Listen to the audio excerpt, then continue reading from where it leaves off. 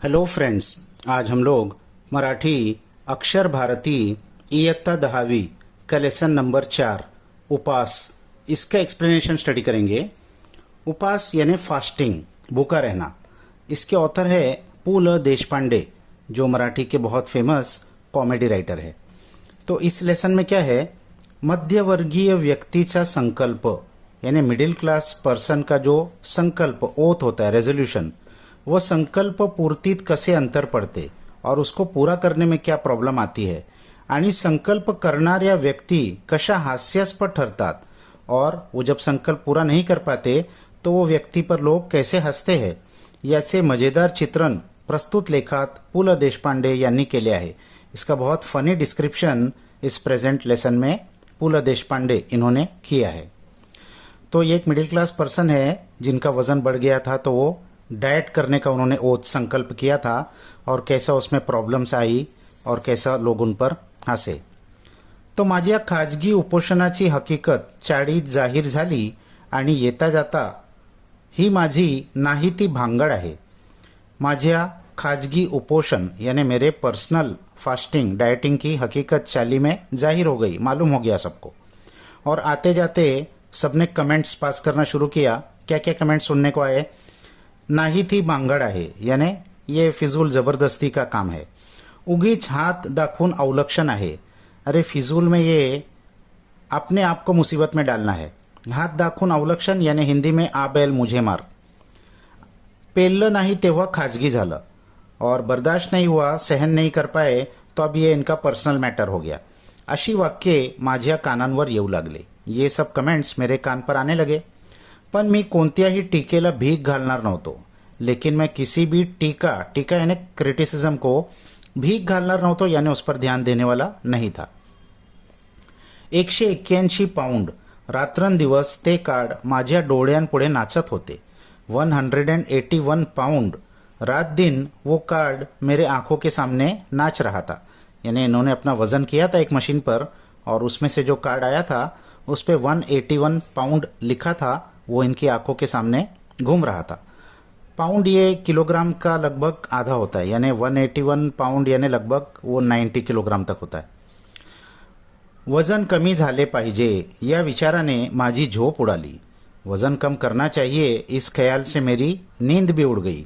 झोप कमी झाली तर वजन उतरते या विचाराने मला त्याचेही काही वाटत नव्हते। अगर नींद कम हो गई तो वजन कम होता है, इस ख्याल से मुझे उसकी भी परवाह नहीं थी। मी पूर्वीसारखा गाढ झोपत नाही यावर धर्मपत्नीचा मात्र अजिबात विश्वास नव्हता। मैं पहले के जैसा गाढ यानी एकदम डीप सोता नहीं हूँ, इस पर मेरी धर्मपत्नी का तो बिल्कुल भी विश्वास नहीं था। घोरत तर असता रात्रभर अशासारखी दुरुत्तरे ती मला करत असे। घोरने यानी स्नोर करना, खराटे लेना। तो रात भर खराटे तो लेते रहते हो, ऐसा वो मुझे दुरुत्तरे बैड आंसर्स देती थी। 2 महिन्यात 50 पाउंड वजन कमी करून दाखवीन तर खरा। तो अब इन्होंने संकल्प किया कि 2 महीने में 50 पाउंड वजन कम करके मैं दिखाऊंगा। अशी भीष्म प्रतिज्ञा करून मी आहारशास्त्रावरच्या पुस्तकात डोके घालू लागलो। तो ऐसी भीष्म प्रतिज्ञा बहुत फर्म डिसीजन करके मैं आहारशास्त्र ने डाइटरी साइंस उनकी किताबों में सर डालने लगा यानी पढ़ने लगा। प्रोटीन युक्त पदार्थ, चरबी युक्त द्रव्ये वगैरे शब्दांबद्दलची माझी आस्था वाढू लागली। तो प्रोटीन युक्त पदार्थ यानी कौन से खाने की चीज़ों में प्रोटीन होता है और चर्बी युक्त द्रव्य कौन सी चीज़ों में चर्बी फैट होता है, ये सारे वर्ड्स जो टेक्निकल डाइटिंग के वर्ड्स होते हैं, इन वर्ड्स में मेरी आस्था, मेरा बिलीफ बढ़ने लगा। साऱ्या ताटांतले पदार्थ मला न दिसता नुसत्या कैलोरीज मला दिसू लागल्या। पूरे प्लेट में कोई खाने की चीज़ मुझे नहीं दिख रही थी, सिर्फ कैलोरीज दिख रही थी कि इसमें कितनी कैलोरी, इसमें कितनी कैलोरी। आणि आनंदाची गोष्ट अशी की वजन उतरवण्याच्या शास्त्रात पारंगत झालेले तज्ञ मला रोज डजनावरीने भेटू लागले। और खुशी की बात ये कि वजन कम करने के शास्त्र यानी साइंस में पारंगत यानी एक्सपर्ट झालेले तज्ञ यानी इस साइंस के जो एक्सपर्ट है वो मुझे रोज डजनों के हिसाब से मिलने लगे, यानी हर कोई सलाह देने लगा। इतकेच काय परंतु ज्या आमच्या चाळीतल्या लोकांनी माझ्या उपासाची अवहेलना केली होती त्यांनीच मला डाइटचा सल्ला दिला. अरे इतना ही क्या, जिन मेरे चाली के लोगों ने मेरे उपास की यानी मेरे फास्टिंग के पहले अवहेलना की थी, डिसरिगार्ड किया था, मजाक बनाया था, उन्होंने अब मुझे डाइटचा सल्ला दिला. अब डाइट करने की वही सलाह दे रहे थे.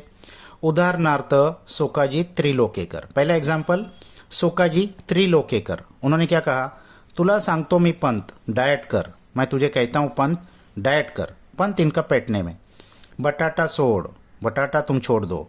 बटाटे ऐसा नाव काढू नकोस, बटाटे का नाम भी नहीं निकालो. तो अब दूसरा आदमी कहता है, हो म्हणजे कुठे राहता म्हणून विचारलं तर नुसतं चाळीत राहतो म्हणा, बटाट्याची चाळ म्हणू नका, वजन वाढेल, खी खी खी. तो उसने क्या कहा कि हाँ, अगर आपको किसी ने पूछा कि आप कहाँ रहते हो तो सिर्फ आप कहो कि मैं चाली में रहता हूँ, बटाटे की चाल में रहता हूँ, ऐसा मत कहो.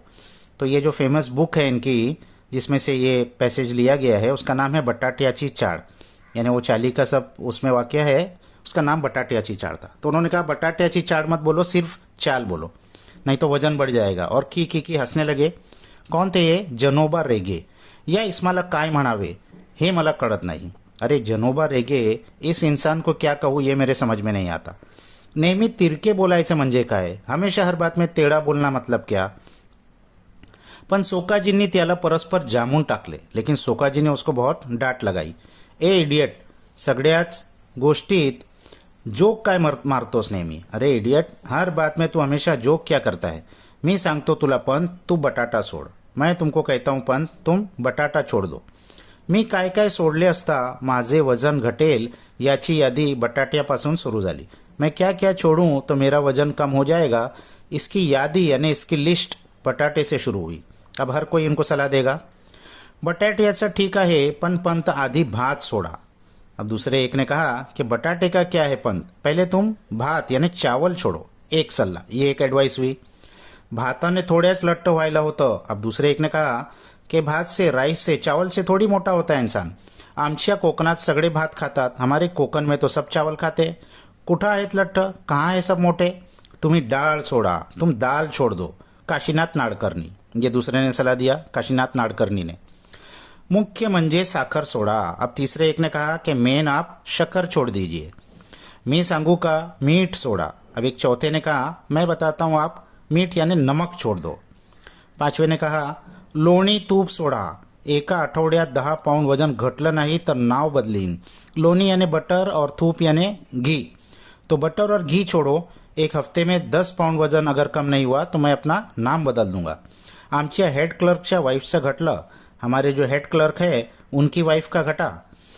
तेल आणि तळलेले पदार्थ सोडा आधी, बाबू काका. अब एक बाबू काका थे, उन्होंने सलाह दिया कि तेल और तली हुई चीज़ें आप पहले छोड़िए. फिर उसके बाद में किसी ने कहा, दिवसा झोपना सोडा, दिन में सोना छोड़ दीजिए. और किसी ने कहा, खरं म्हणजे पत्ते खेळायचा सोडा, बसून बसून वजन वाढतं. अरे सच में तो आप पत्ता खेलना, कार्ड्स खेलना छोड़ दो, ताश खेलना, बैठ बैठ कर वजन बढ़ता है. मी मात्र या सर्व जनांचे ऐकून मनाचे करायचे ठरवले होते. मैंने तो इन सब की बातों को सुनकर अपने मन की करने का सोचा था. पहला उपाय म्हणून मी आहार परिवर्तन शुरू केला. अब पहला चीज़ मैंने जो शुरू किया वो था आहार परिवर्तन, यानी अपने डाइट को चेंज करना. साखरेत सर्वात अधिक कॅलरीज असतात म्हणून प्रथम बिन साखरेचा चहा सुरू केला. शक्कर में सबसे ज़्यादा कैलोरीज होती है, इसके लिए सबसे पहले मैंने बिना शक्कर की चाय पीना शुरू कर दिया. पहल्या दिवशी विशेष फरक ही वाटला नाही. पहले दिन तो मुझे कोई खास फरक भी नहीं लगा. घरात साखरबंदी जाहीर केली. घर में मैंने शक्कर को बंद कर दिया. कुटुंबाला सारी दिवाळी तिखटा मिठावर उरकायची सख्त ताकीद दिली. अपने फैमिली को मैंने पूरी दिवाली सिर्फ नमक और मिर्ची की चीज़ों पर रहना है ऐसे ताकीद किया. मुलांसाठी म्हणून काय थोडं गोडाधोडाचं करायचं ते कर. हाँ, बच्चों के लिए कुछ छोटा मोटा अगर मिठाई बनानी है तो उतना बना दो, एवढी सवलत ठेवली. इतना कंसेशन मैंने दिया. पहिल्या दिवशीच मला फरक जाणवायला लागला. पहले ही दिन मुझे फरक महसूस होने लगा. भात अजिबात वर्ज्य करने अवघड होते. भात को बिल्कुल ही वर्ज्य यानी प्रोहिबिट खत्म कर देना. इसलिए मेन डिश के पहले और लास्ट में थोड़ा थोड़ा चावल खाते हैं, कभी दही के साथ, वो उन्होंने खाया. और बीच की जो मेन डिश होती है जिसमें ज़्यादा चावल होता है उसको बंद कर दिया. नुसती उकडलेली पालेभाजी खाणे कसे जमणार हा विचार किती पोकळ होता. अरे सिर्फ उबली हुई पालेभाजी यानी लीफी वेजिटेबल खाना ये कितना मुश्किल होगा. तो ये ख्याल कितना पोकळ था, कितना हॉलो था, याचा अनुभव ती खाल्ल्यावर आला. इसका एक्सपिरियंस मुझे तो वो खाने के बाद आया. आणि नेहमीच्या भाजीत ही निराळे काय करते याचा अजूनही अंदाज आला नहीं. और हमेशा जो नॉर्मल भाजी बनाती थी उसमें वो क्या खास करती थी ये मुझे समझ में नहीं आया. यानी उबली हुई भाजी भी मुझे अच्छी लग रही थी जैसा नॉर्मल भाजी है. पहिला दिवस सुरळीत गेला. पहिला दिन तो बहुत स्मूथ. पहिला दिवस सुरळीत गेला आणि दुसऱ्या दिवशी व्रतभंगाचा प्रसंग आला. तो पहला दिन तो सुरळीत यानी स्मूथली चला गया और दूसरे ही दिन व्रतभंग यानी ये जो कसम खाई थी ये टूटने का इंसिडेंट हो गया. पहिल्या दिवशी निम्म्याहून अधिक कचेरीला माझ्या वजन घटवण्याच्या व्रताची वार्ता गेली होती. पहले ही दिन निम्म्याहून अधिक यानी आधे से ज़्यादा कचेरी के लोगों को, उनके ऑफिस के लोगों को उनके वजन कमी करने का जो व्रत है, जो उन्होंने कसम खाई है, ये बात पहुंच गई थी. परंतु दुसऱ्या दिवशी आमच्या अण्णा नाडगौडाला प्रमोशन मिळाल्याची वार्ता आली. लेकिन दूसरे ही दिन हमारे अन्ना नाडगौड़ा इनके एक कलीग थे, उनको प्रमोशन मिलने की खबर आई आणि त्याने साऱ्या सेक्शनला पार्टी दिली और उसने सारे ही सेक्शन को पार्टी दिया. कॅन्टीनच्या आचार्याने तर माझ्या डाएटवर सूड घ्यायचा असे ठरवून पदार्थ केले होते. कैंटीन के आचार्य यानी कुक ने मेरे डाइट पर सूड यानी बदला, रिवेंज लेना है, ऐसा फैसला करके ही जैसे के चीजें बनाई थी. बरे न खावे तर अन्ना नाडगौडाला वाईट वाटणार. अच्छा अगर नहीं खाऊं तो अन्ना नाडगौडा को बुरा लगेगा कि मेरे पार्टी में नहीं खा रहा है. बिचारा 6 वर्षांनी एफिशिएंसी बारच्या जाळ्यातून बाहेर पडला होता. वो बेचारा 6 साल से एफिशिएंसी बार यानी कौन कितना अच्छा काम कर रहा है ये नापने के लिए ऑफिस में एक टेक्निक होती है, उसको बोलते हैं एफिशिएंसी बार. उसके अंदर वो फंसा हुआ था. 6 साल से वो क्रॉस नहीं कर पा रहा था. आचार्याने मिठाईत साखर न घालता साखरेत मिठाई घालून आणली होती. अच्छा, जो आचार्य था, कुक था, उसने मिठाई में शक्कर नहीं डाला था बल्कि शक्कर में मिठाई डाल के लाया था, यानी बहुत ज्यादा मीठा मिठाई बनाया था. घासा गणिक सहस्रवधी कॅलरीज पोटात चालल्या होत्या.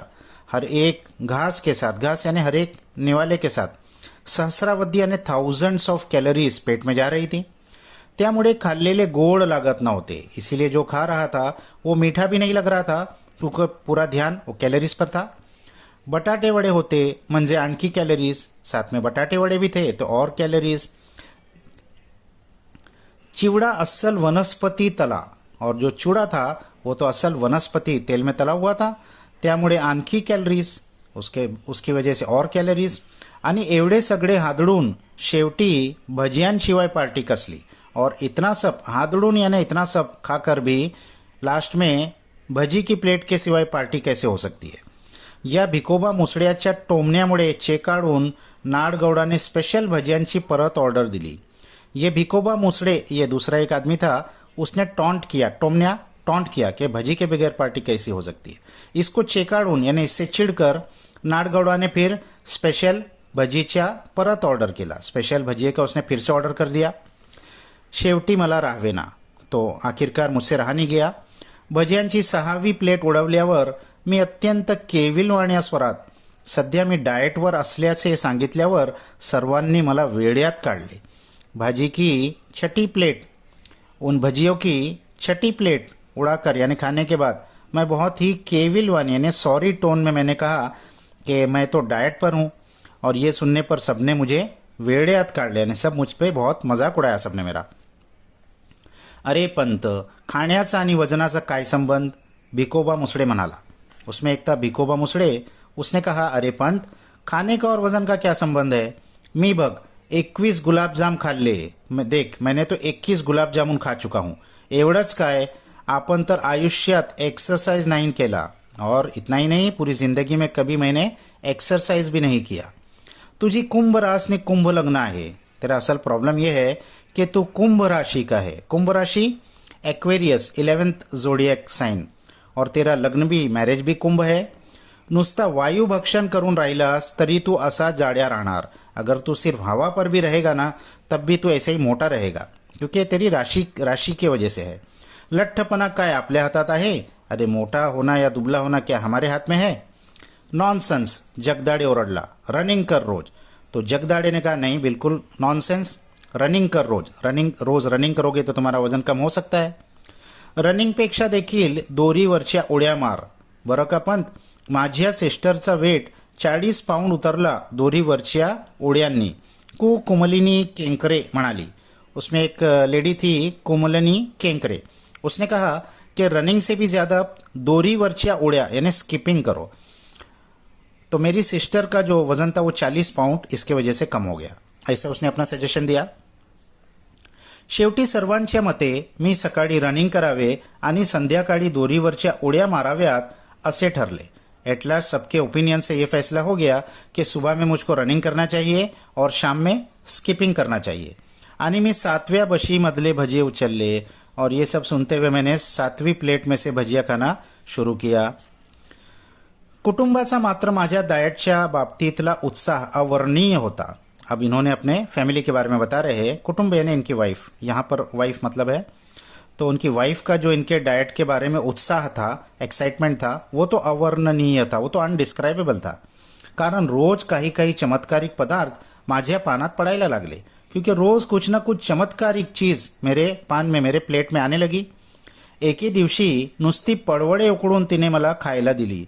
एक दिन तो सिर्फ पडवळ, एक सब्जी है शेक गोड, उसको उकड़ून यानी उसको उबाल कर उसने मुझे खाने दे दिया. शेवग्याच्या शेंगा, पडवळ, भेंडी, चवडीच्या शेंगा वगैरह सड़ पातळ भाज्यांचा खुराक तिने चालू केला. अब उसने जो पतली पतली लंबी लंबी भाजी होती है ऐसी भाजी का खुराक चालू किया. जैसे शेवग्याच्या शेंगा यानी ड्रम स्टिक, पडवळ ये भी आई शेक गोड, भेंडी लेडीज फिंगर और चवड़ीच्या शेंगा काउपी बीन्स जो लंबे लंबे बीन्स टाइप की भाजी है. ऐसे सड़ पातड़ यानी ऐसी दुबली पतली भाजियों का खुराक उसने चालू किया. कोबी, कॉलीफ्लावर वगैरह बळसेदार मंडळींची स्वयंपाकघरातून हकालपट्टी झाली.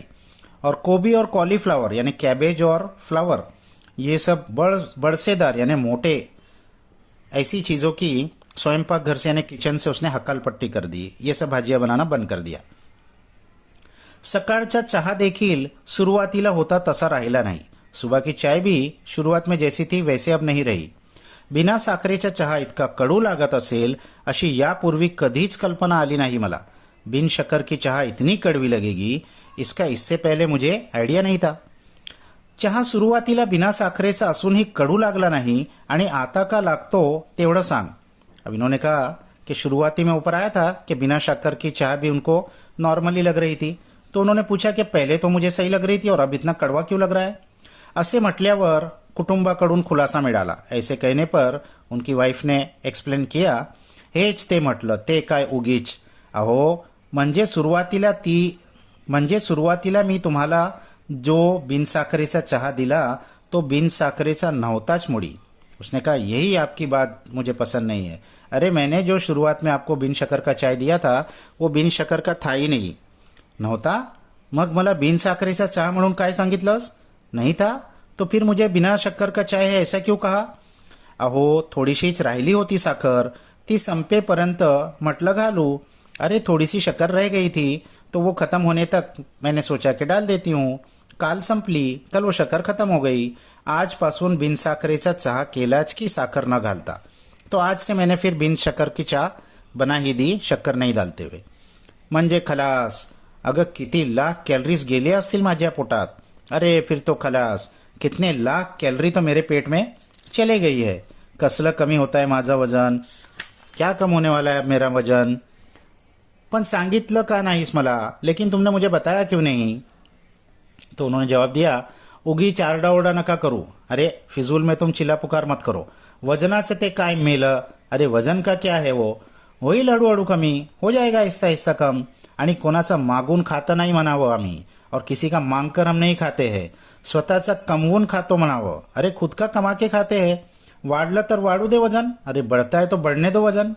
मुलांना देण्यासाठी लाडू काढून बशी ठेवत आणि माझ्या वजनक्षय संकल्पनाला आणखी नवे सुरंग लावीत ती उद्गारली.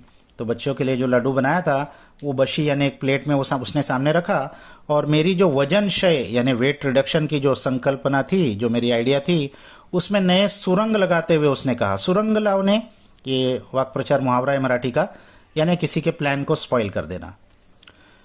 लाडू कशाला केलेस, साखर असेल त्यात। अब इन्होंने कहा लड्डू क्यों बनाया, उसमें शक्कर होगा। इश, साखरेशिवाय लाडू आमच्या नाही घराण्यात केले कोणी। उसने कहा अरे शक्कर शक्कर के बगैर लाडू हमारे घराने में, हमारे खानदान में किसी ने नहीं बनाया कभी। तात्पर्य चहा बिन साखरेचा होता हे खरं, परंतु लाडवाच्या रूपाने काही कॅलरीज पोटात गेल्याच। तो चाह तो बिन शक्कर का था, ये बात सच है, लेकिन लड्डू खाने पर उसके अंदर तो शक्कर था, तो वो कॅलरी तो मेरे पेट में चले गई। दोरीवरच्या उड्यांचा फक्त एकदा प्रयत्न केला व पहिली उडी शेवटची ठरली। अच्छा, जो स्किपिंग की आइडिया उनको दी गई थी उसका एक बार इन्होंने कोशिश किया और पहला ही इनकी उडी वो लास्ट थी। कारण 8x10च्या आमच्या दिवाणखान्यात प्रथम दोरी संपूर्ण फिरवणे अवघड, क्योंकि 8x10 के इनके दीवानखाने में, ये दीवानखाना यानी हॉल में छोटा कमरा था, वो दोरी पूरी फिराना ही मुश्किल था, इतनी छोटी जगह थी। एकदा डोक्यावरून दोरी पलीकडे गेली, ती ड्रेसिंग टेबलवरच्या तेलांच्या व औषधांच्या बाटल्या खाली घेऊन आली। पहली बार जब इन्होंने दोरी फिराया तो वो पीछे के जो टेबल रखा हुआ था उस पर तेल की और दवाई की बोतलें वो सब लेकर आ गई नीचे। दुसऱ्यांदा अर्धवट गॅलरी आणि अर्धवट घरात राहून दोरी फिरवली ती आचार्य बर्व्यांच्या गळ्यात। अच्छा, दूसरी बार थोड़ा सा आगे आकर इन्होंने आधा गैलरी और आधे घर में रहकर दोरी फिराई तो इनके एक पड़ोसी थे आचार्य बर्वे, वो इनसे मिलने के लिए आकर दरवाजे पर खड़े थे, उनके गले में जाकर वो अटक गई। त्यांच्या माझ्यावर आधीच राग होता, वो तो मुझ पर पहले ही गुस्से में थे। मी उपास करतो हे कळल्यावर चाळीतली सारी मंडळी समाचाराला येऊन गेली। मैं उपास कर रहा हूँ, फास्टिंग कर रहा हूँ, ये जब सबको मालूम पड़ा तो चाली के सारे ही लोग मेरी खबर लेने के लिए आए, परंतु आचार्य बाबा बर्वे शेजारच्या खोलीत असूनही आले नाहीत। लेकिन आचार्य बाबा बर्वे मेरे पड़ोस की खोली में ही रहते, लेकिन वो नहीं आए, कारण उपास हे त्यांचे खास राखीव कुरण होते। क्योंकि उपास ये जो टॉपिक है फास्टिंग, ये उनका खास फेवरेट सब्जेक्ट था। राखीव कुरण मुहावरा है, फेवरेट सब्जेक्ट।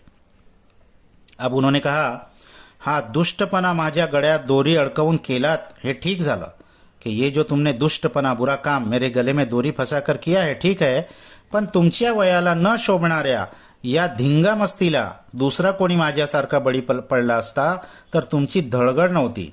लेकिन अपने उम्र को, इतने उम्र होने के बाद ये जो तुम धिंगा मस्ती कर रहे हो, यानी वो जो स्किपिंग कर रहे थे उसको उन्होंने कहा धिंगा मस्ती, ये जो तुम कर रहे हो, अगर कोई और इसका बड़ी पड़ रहा है, यानी कोई और इसका विक्टिम होता, किसी और के गले में फंसी होती तो तुमची धड़गड़ नव्हती, फिर तुम्हारी खैर नहीं थी। मी तुम्हाला क्षमा करतो, हाँ मैं तुमको माफ करता हूँ, पण मी हे मुद्दाम केलं नाही आचार्य। अहो वजन कमी करायला दोरीच्या उड्या मारतोय मी। अरे, इन्होंने एक्सप्लेन किया कि मैं ये जानबूझकर नहीं किया आचार्य, मैं वजन कम करने के लिए स्किपिंग कर रहा हूँ, काही उपयोग होणार नहीं। अब उन्होंने कहा कुछ फायदा नहीं होगा। का? मैंने पूछा क्यों? का म्हणजे जीभेवर ताबा नहीं तुमचा। अरे क्या क्या पूछते हो, तुम्हारी जबान पर तुम्हारा काबू ही नहीं है। संयम हवा, पेशेंस चाहिए, मनाची एकाग्रता हवी, मन को कॉन्सन्ट्रेशन चाहिए। त्यासाठी प्रथम म्हणजे काही गोष्टी सोडाव्या लागतील, उसके लिए पहले आपको कुछ चीजें छोड़नी पड़ेगी। आता या उड्या मारायला मी लाज देखील सोडली हे पाहता ना तुम्ही बाबा। अरे ये उड़ी मारने के लिए मैंने देखो लाज शर्म भी छोड़ दी है, ये तो तुम देख रहे हो ना, अब क्या छोड़ू और। ठीक है, प्रथम बोलना सोडा, ये तो ठीक है, पहले आप बात करना छोड़ो। बोलना सोडू, बात करना छोडू, अजीब बात। खाण्यासाठी तोंडाचा वापर कमी करायचा एवढा पाहिला तुम्ही। हाँ बिल्कुल, खाने के लिए मुंह का इस्तेमाल कम करना है, ये तो आपने देखा, पण बोलण्यासाठी देखील त्याचा वापर बंद केल्याशिवाय तुमची जीभ ताब्यात राहणार नाही। लेकिन बोलने के लिए भी जब तक आप अपनी जबान का इस्तेमाल कम नहीं करोगे, जब तक आपकी जबान आपके कंट्रोल में नहीं आएगी। पण मला बोललंच पाहिजे बाबा, मी केविलवाण्या स्वरात ओरडलो। अरे लेकिन मुझे तो बोलना ही पड़ता है बाबा, मैं बहुत ही केविलवाण्या सॉरी स्वर में मैंने चिल्लाया। का पण एवढा संयम नहीं तुमच्यात? क्यों ऐसा, तुम्हारे अंदर इतना कंट्रोल नहीं है? मौनाचा सामर्थ्य मोटा है। अरे चुप रहने की जो सामर्थ्य है, उसकी जो वैल्यू है बहुत बड़ी है। मौन ही शक्ति है, चुप रहना ये बहुत बड़ी शक्ति है। मौन ही ऐसा, मौन के बारे में, चुप रहने के बारे में वो बहुत कुछ कहने लगे। उड्या मारायच्या माझ्या दोरीचे एक टोक हातात धरून बाबा 1 तास मौनाचं महत्व या विषयावर बडबडत होते.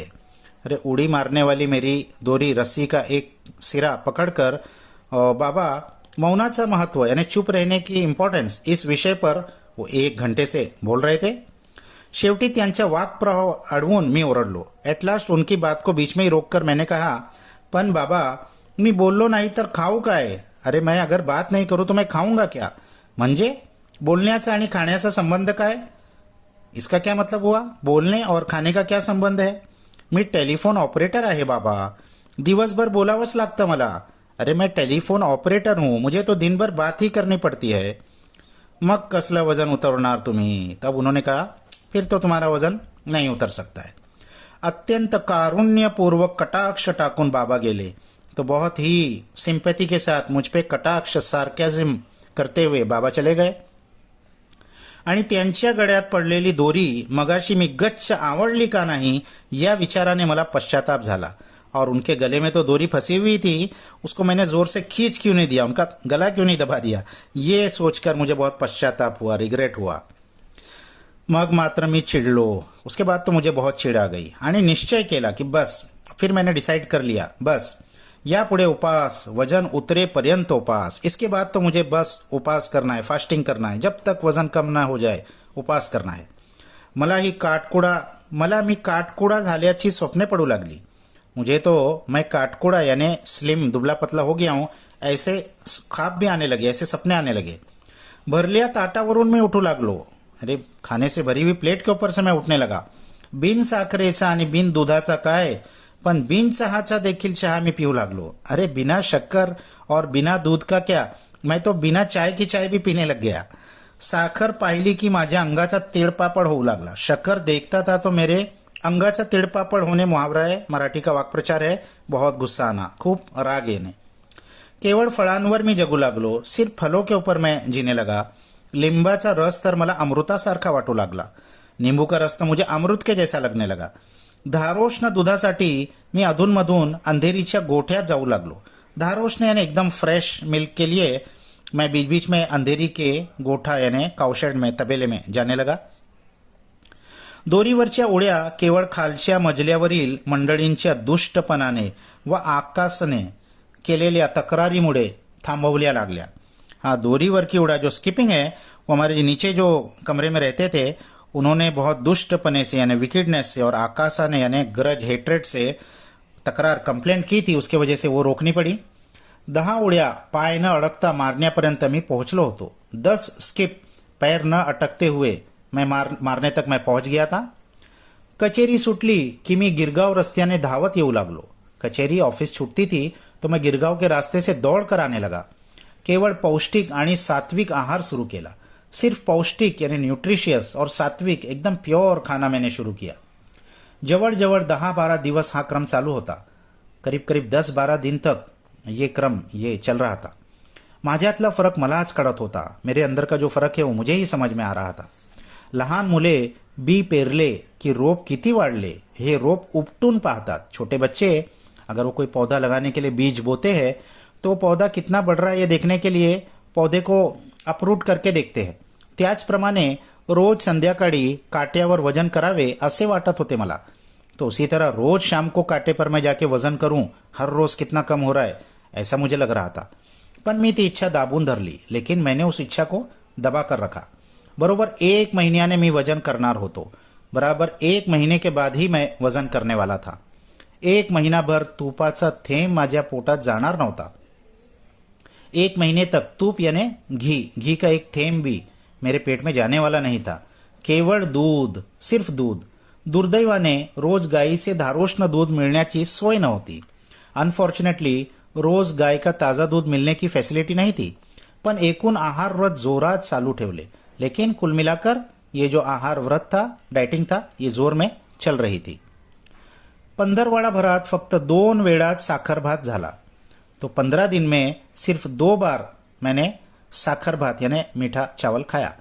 एकदा सोकाजीने चोरून कोळंबी भात चारला व खालच्या मजल्यावरच्या भाऊजी पसरटवरांनी एकदा नागपुरी वडा भात पाठवला होता.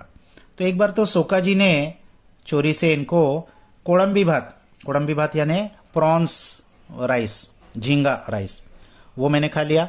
और नीचे माले पर भाऊजी पसरटवर, ये इनके एक पड़ोसी थे, उन्होंने नागपुरी वडा भात भेजा था, वो मैंने खाया।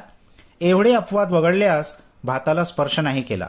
हाँ, ये 2 एक्सेप्शन छोड़कर भात को, राइस को मैंने छुआ भी नहीं। त्यामुळे मुख्यतः चर्बीयुक्त द्रव्य शरीरात कमी केली, तो इसीलिए चर्बीयुक्त, जिसमें फैट्स होता है, ऐसी चीजें मेरे शरीर में बहुत कम गई। माझा एकूण निश्चय पाहून चाळीतल्या मंडळींचे आदर दुनावल्याचे माझ्या सूक्ष्म नजरेतून सुटत नव्हते। तो मेरा इतना पक्का निश्चय देखकर चाली के लोग मेरा आदर कर रहे हैं, रिस्पेक्ट की नज़र से मुझे देख रहे हैं, ये मेरी तेज नज़र से छूट नहीं रहा था, मुझे दिख रहा था।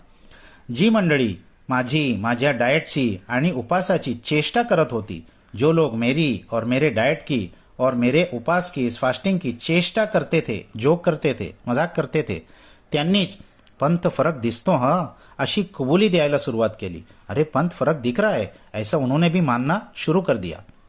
जनोबा रेग्यांसारखे अत्यंत कुजकट शेजाऱ्यालाही पंत भलतेच काय रोडावलेत असे मान्य करावे लागले।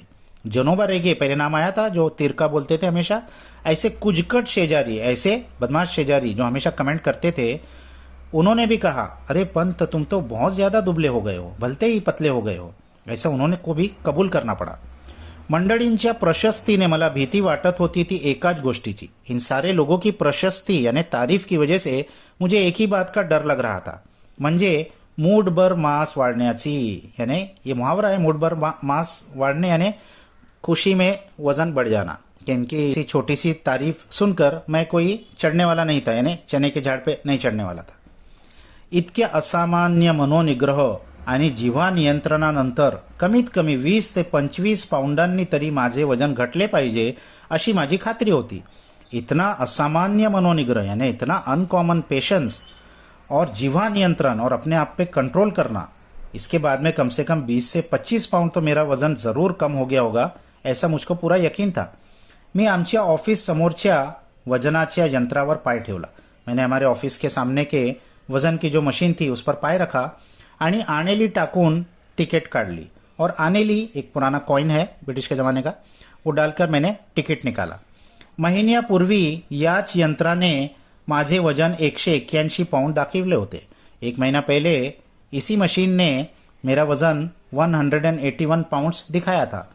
1 महीन्याचा उपास, अब 1 महीने के फास्टिंग के बाद निराहार, खाना नहीं खाना, शास्त्रोक्त आहार, बहुत डाएट करना, दोरीवरच्या उड्या, स्किपिंग करना इत्यादि उग्र साधना केल्यावर, इतना बहुत ज्यादा इंटेंस प्रैक्टिस करने के बाद आज तिकिटावर वजन, आज इस टिकट पर क्या वजन आया, मिनट भर माझा विश्वासच बसेना। अरे 1 मिनट तक तो मुझे विश्वास ही नहीं आ रहा था। 192 पाउंड, 192 पाउंड, यानी पहले तो 181 था, अब कम होने के बजाय बढ़ गया, 192 पाउंड हो गया। आणि भविष्य होते, और उस पर पीछे भविष्य भी लिखकर आया, आप बहुत समझदार और गंभीर है। हल्ली मी वजन आणि भविष्य या दोन्ही गोष्टींची चिंता करायचे सोडून दिले, तो फिर इसके बाद मैंने वजन और भविष्य ये दोनों चीजों की चिंता करना बिल्कुल छोड़ दिया। आणि विशेषतः डाएटच्या आहारी तर या जन्मात जाणार नहीं, और खासकर ये डाएट के मामले में तो मैं इस जन्म में फिर कभी नहीं जाऊंगा। छे वजनाचा मार्ग भलत्याच काट्यातून जातो। छे वजन का ये जो मार्ग है, डाइट का ये जो रास्ता है, ये बहुत मुश्किल कांटों भरा रास्ता है, हमारे बस की बात नहीं है। तो एक बहुत कॉमेडी लेसन था। इसके हार्ड वर्ड्स आप लोग अच्छे से देख लो, इसके क्वेश्चन आंसर्स हम पहले ही दे चुके हैं। नेक्स्ट वीडियो तक